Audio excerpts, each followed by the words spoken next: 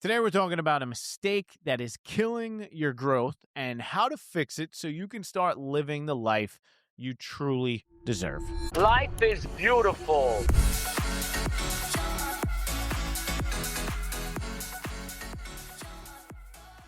So I spent the day with our 10-year-old nephew at the beach the other day, and he said to me, I listen to your podcast every single day. I wish that you guys would talk about me in one of the episodes. Jojo, this one's for you, buddy. So I said, you know what? Let me spend this day hunting for an idea, a golden nugget of wisdom from our 10-year-old nephew, Joey.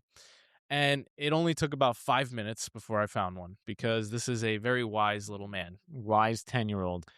Is he 10?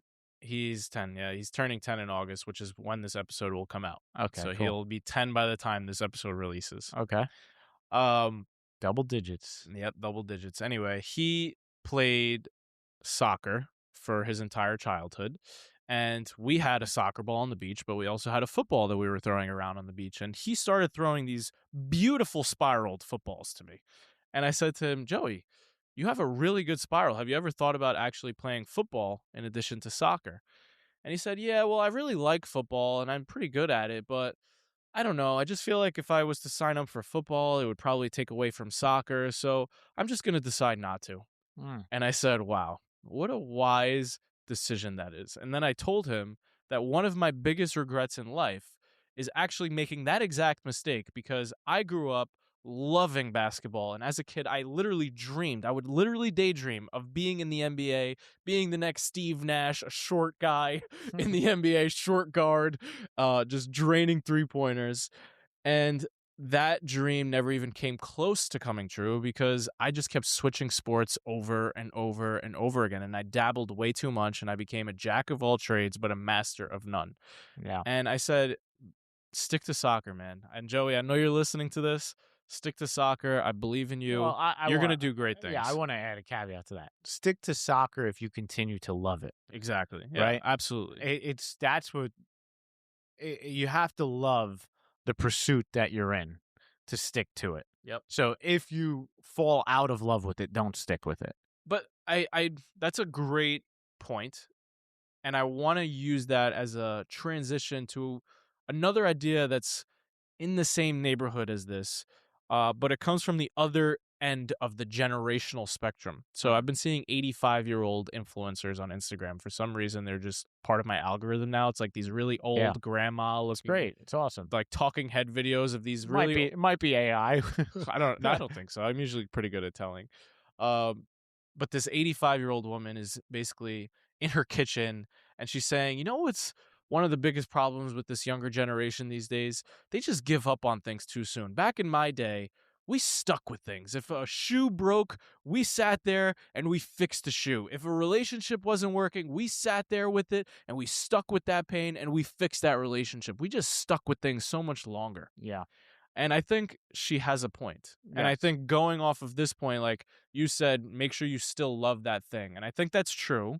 But I do want to add the caveat that like there will be times where it feels really hard Yes. to stick with soccer because he might enter a new age group where there's new challenges and there's new things that he has to solve, and he might not feel like the best player on the field anymore. That's not a reason to fall out of love with the sport. Yeah. You got to stick with it anyway. 100% no. It's not saying when things get hard, quit. It's saying if you don't have this underlying sense of love for the game, Yes. then it's worth questioning if you should keep going down this path.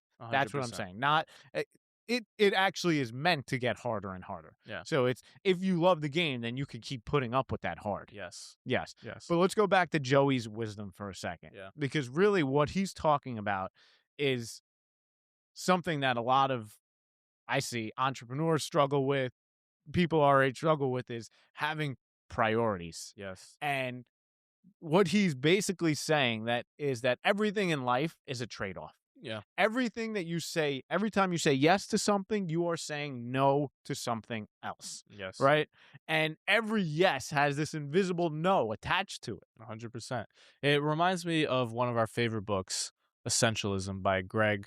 How do you say his last name? McCowan. Greg McCowan. And you don't even have to pick that book up. It's a great book, though. It is a good book. You can pick it up. It is a fantastic book, but you don't even have to pick it up because I'll summarize it for you in 3 words. The whole concept of essentialism is to do less better, Yeah. which is basically the same wisdom that Joey's sharing with us. Yeah, and it's really about priorities, right? Yeah. And he talks about if you don't prioritize your own life, someone else will do it for you. And then talking about priorities, there's this Jim Collins quote that I really love, which he says, if you have more than 3 priorities, then you don't have any at all. Yeah. You know what this reminds me of? So for the longest time, I set annual goals, right? And for the longest time, I would set a health goal, I would set a wealth goal, I would set a relationship goal, and then I had this 4th bucket that was called a lifestyle, which was basically like things I would do just for fun in my spare time. And for year after year after year, I would always fill in that lifestyle goal with to learn an instrument. Yeah. And there would be a new instrument every year. I literally spent thousands of dollars on instruments. I bought a trumpet, I bought a ukulele, I bought a guitar. I even paid for lessons for all these things and then never showed up. To make a long story short, I never ended up learning an instrument. And it was because everything I was saying yes to meant I was saying no to something else. I didn't have energy for this thing. I made this commitment without being realistic about the energy expenditure that I actually had available for it. And I think that's really an important lesson hidden in this really silly thing of like learning an instrument. It's like right now I'm focused on my business and I'm not even going to set that goal anymore because I know I'm not going to do it. I don't have the energy for it. Ultimately, it comes down to your willingness to make sacrifices in your life. And if you try to do everything, you basically guarantee that you'll never be great at anything. Yep. Right. And I feel like in this current stage of our life, we have those big buckets you talked about. You got work, you got your family, you got your hobbies and your friends. And at some point, you have to look at that and be able to move things around because you cannot be great at all those things at once. 100%. And I think it's just looking that in the face and just getting honest with yourself of what are you willing to sacrifice at this point in your life to be great at the things you really want to be great at. Yeah. And getting laser focused on that like our nephew Joey. Yeah. And I'll end this episode with a final quote from Bruce Lee about the power of focus. He says, I fear not the man who has practiced 10,000 kicks once, but the man who has practiced one kick 10,000 times. Yep. When you repeatedly chip away at one thing, you give yourself the opportunity to be great at it. So, Joey, keep chipping away, and greatness is on the horizon, buddy. Love you. All right, and let's also wrap this up for a call to action, with a call to action for anyone who's listening. The call to action comes in the form of a reflection question today. What do you need to eliminate from your life or business in order to simplify it? Because energy is power, and you deserve more with all the hard work that you're putting in to your life. Stop letting that hard work leak into a million things and get that magnifying glass and that sun pointing through it like a laser beam and point it at something very specific. And in order to do that, you need to eliminate something else because everything you say no to leaves you room to say yes. So what do you need to eliminate from your life or business in order to simplify it? Is it a hobby? Is it as simple as leaving a group chat that's very distracting? Is it saying no to a certain diet? It could literally be anything, but reflect on that question for yourself. What do you need to eliminate from your life or business in order to simplify it and harness this energy of yours? Yeah, I love it. Do less better. All right. Thanks for hanging out with us. We love you.